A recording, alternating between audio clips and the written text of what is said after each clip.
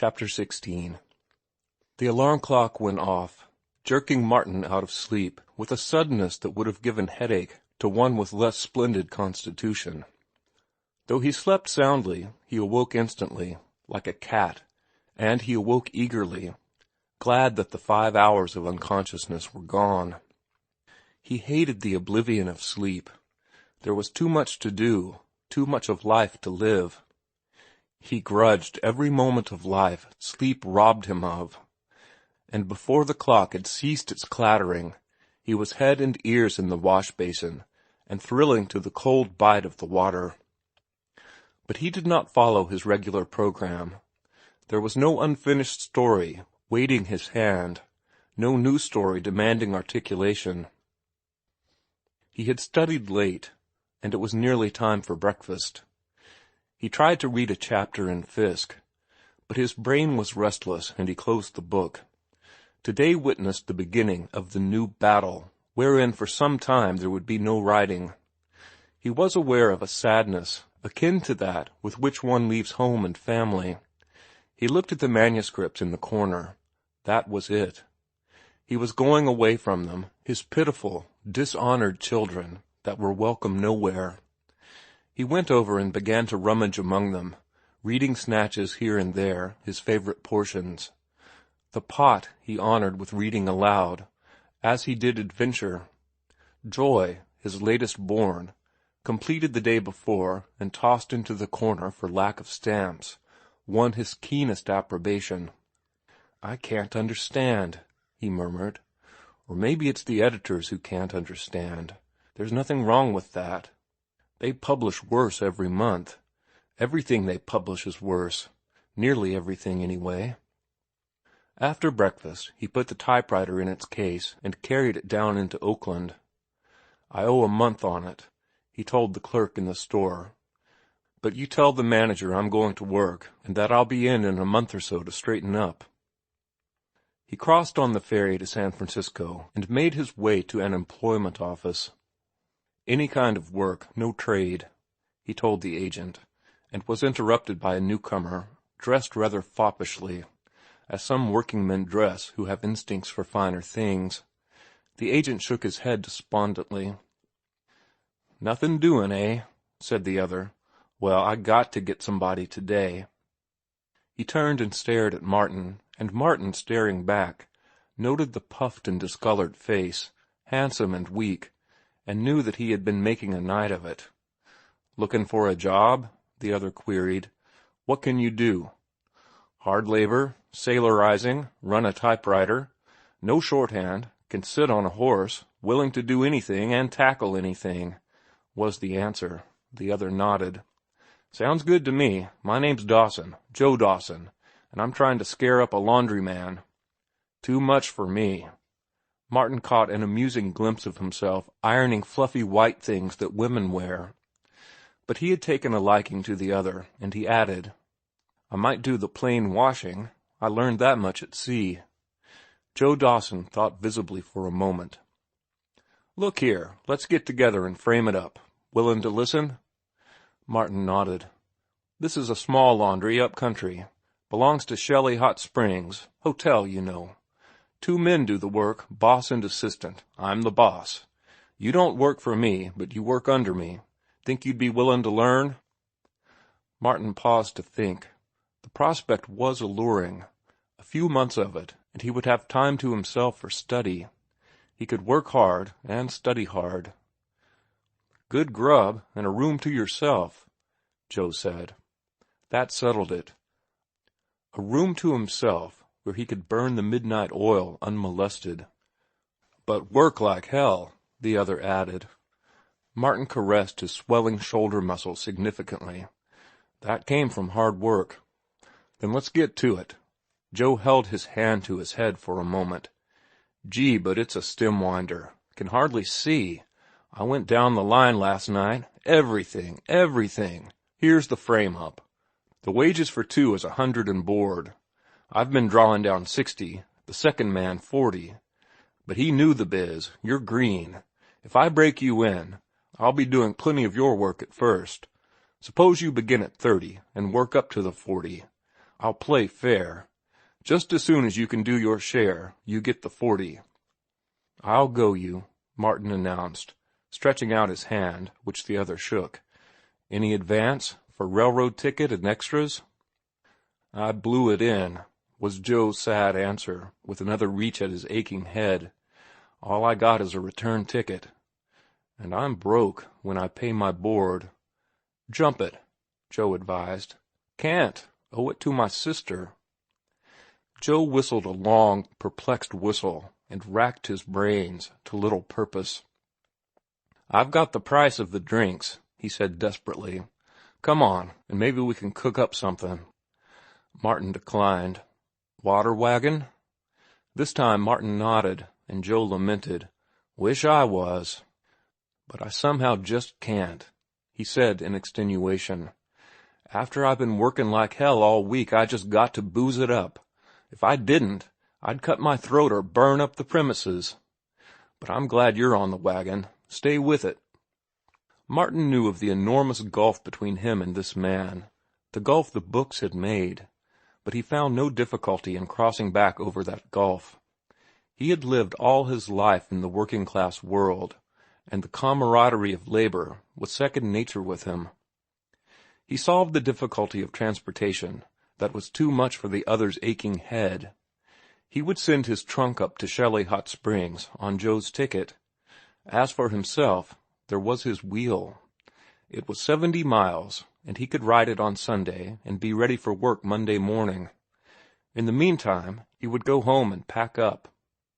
There was no one to say goodbye to. Ruth and her whole family were spending the long summer in the Sierras at Lake Tahoe. He arrived in Shelley Hot Springs, tired and dusty, on Sunday night. Joe greeted him exuberantly. With a wet towel bound around his aching brow, he had been at work all day. Part of last week's washin' mounted up, me being away to get you, he explained. Your box arrived last night. It's in your room, but it's a hell of a thing to call a trunk. And what's in it? Gold bricks? Joe sat on the bed while Martin unpacked. The box was a packing case for breakfast food, and Mr. Higginbotham had charged him $50 for it. 2 rope handles, nailed on by Martin, had technically transformed it into a trunk, eligible for the baggage car. Joe watched, with bulging eyes, a few shirts and several changes of underclothes come out of the box, followed by books and more books. Books clean to the bottom? He asked. Martin nodded and went on arranging the books on a kitchen table, which served in the room in place of a washstand. Gee! Joe exploded, then waited in silence for the deduction to arise in his brain. At last it came. Say, you don't care for girls much? He queried. No, was the answer. I used to chase a lot before I tackled the books, but since then there's no time. And there won't be any time here. All you can do is work and sleep. Martin thought of his 5-hour sleep a night and smiled. The room was situated over the laundry and was in the same building with the engine that pumped water, made electricity, and ran the laundry machinery. The engineer, who occupied the adjoining room, dropped in to meet the new hand and helped Martin rig up an electric bulb on an extension wire so that it traveled along a stretched cord from over the table to the bed. The next morning, at 6:15, Martin was routed out for a 6:45 breakfast. There happened to be a bathtub for the servants in the laundry building, and he electrified Joe by taking a cold bath. Gee, but you're a hummer, Joe announced, as they sat down to breakfast in a corner of the hotel kitchen. With them was the engineer, the gardener, and the assistant gardener, and 2 or 3 men from the stable. They ate hurriedly and gloomily, but with little conversation, and as Martin ate and listened, he realized how far he had traveled from their status. The small mental caliber was depressing to him, and he was anxious to get away from them. So he bolted his breakfast, a sickly, sloppy affair, as rapidly as they, and heaved a sigh of relief when he passed out through the kitchen door. It was a perfectly appointed, small steam laundry, wherein the most modern machinery did everything that was possible for machinery to do. Martin, after a few instructions, sorted the great heaps of soiled clothes, while Joe started the masher and made up fresh supplies of soft soap, compounded of biting chemicals, that compelled him to swathe his mouth and nostrils and eyes in bath towels till he resembled a mummy. Finished the sorting, Martin lent a hand in wringing the clothes. This was done by dumping them into a spinning receptacle that went at a rate of a few thousand revolutions a minute, tearing the matter from the clothes by centrifugal force. Then Martin began to alternate between the dryer and the wringer, between times shaking out socks and stockings. By the afternoon, one feeding and one stacking up, they were running socks and stockings through the mangle, while the irons were heating. Then it was hot irons and underclothes till 6 o'clock, at which time Joe shook his head dubiously. "Way behind," he said. "Got to work after supper." And after supper they worked until 10 o'clock, under the blazing electric lights, until the last piece of underclothing was ironed and folded away in the distributing room. It was a hot California night, and though the windows were thrown wide, the room, with its red-hot ironing stove, was a furnace. Martin and Joe, down to undershirts, bare-armed, sweated and panted for air. "Like trimming cargo in the tropics," Martin said, when they went upstairs. "You'll do," Joe answered. "You'll take hold like a good fellow. If you keep up the pace, you'll be on $30 only 1 month. The second month you'll be getting your 40. But don't tell me you never ironed before. I know better." "Never ironed a rag in my life, honestly, until today," Martin protested. He was surprised at his weariness when he got into his room, forgetful of the fact that he had been up on his feet and working without let-up for 14 hours. He set the alarm clock at 6, and measured back 5 hours to 1 o'clock. He could read until then. Slipping off his shoes to ease his swollen feet, he sat down at the table with his books. He opened Fisk where he had left off to read, but he found trouble began to read it through a second time. Then he awoke, in pain from his stiffened muscles, and chilled by the mountain wind that had begun to blow in through the window. He looked at the clock. It marked 2. He had been asleep 4 hours. He pulled off his clothes and crawled into bed, where he was asleep the moment after his head touched the pillow. Tuesday was a day of similar unremitting toil. The speed with which Joe worked won Martin's admiration. Joe was a dozen of demons for work. He was keyed up to concert pitch, and there was never a moment in the long day when he was not fighting for moments. He concentrated himself upon his work and upon how to save time, pointing out to Martin where he did in 5 motions what could be done in 3, or in 3 motions what could be done in 2. Elimination of waste motion, Martin phrased it as he watched and patterned after. He was a good workman himself, quick and deft, and it had always been a point of pride with him that no man should do any of his work for him or outwork him. As a result, he concentrated with a similar singleness of purpose, greedily snapping up the hints and suggestions thrown out by his working mate. He rubbed out collars and cuffs, rubbing the starch out from between the double thicknesses of linen so that there would be no blisters when it came to the ironing, and doing it at a pace that elicited Joe's praise. There was never an interval when something was not at hand to be done. Joe waited for nothing, waited on nothing, and went on the jump from task to task. They starched 200 white shirts with a single gathering movement, seizing a shirt so that the wristbands, neckband, yoke, and bosom protruded beyond the circling right hand. At the same moment the left hand held up the body of the shirt so that it would not enter the starch, and at the moment the right hand dipped into the starch so hot that, in order to wring it out, Their hands had to thrust and thrust continually into a bucket of cold water.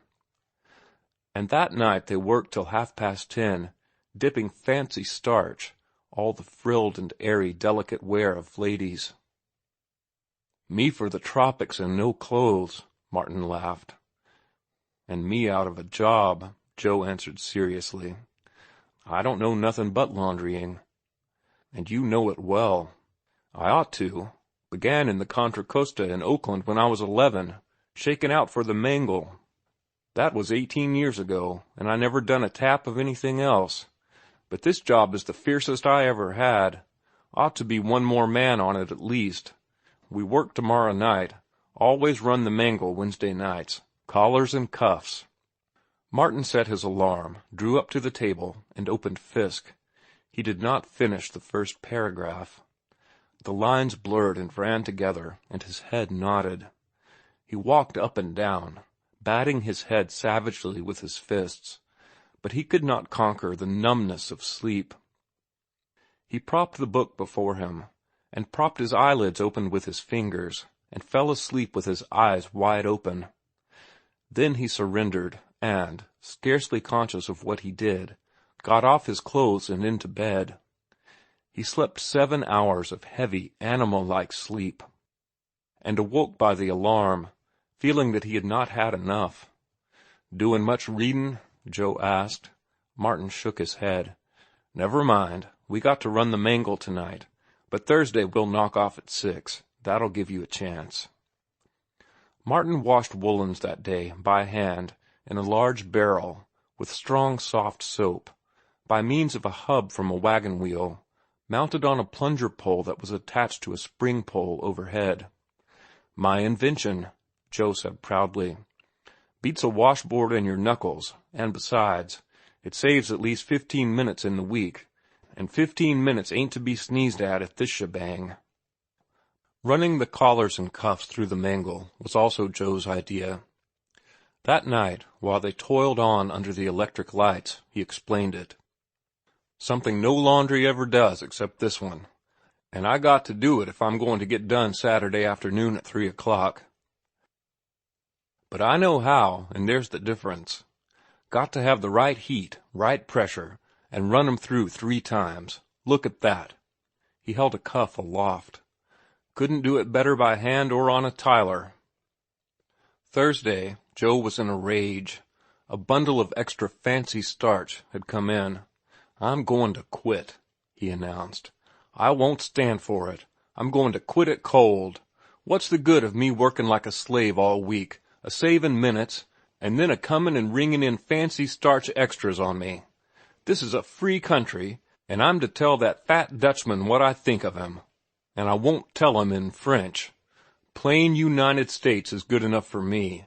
Him a-ringing in fancy starch extras." "We got to work tonight," he said the next moment, reversing his judgment and surrendering to fate. And Martin did no reading that night. He had seen no daily paper all week, and, strangely to him, felt no desire to see one. He was not interested in the news. He was too tired and jaded to be interested in anything, though he planned to leave Saturday afternoon, if they finished at 3, and ride on his wheel to Oakland.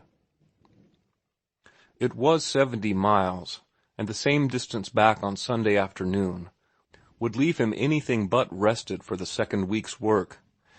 It would have been easier to go on the train, but the round trip was $2.50, and he was intent on saving money. End of chapter 16.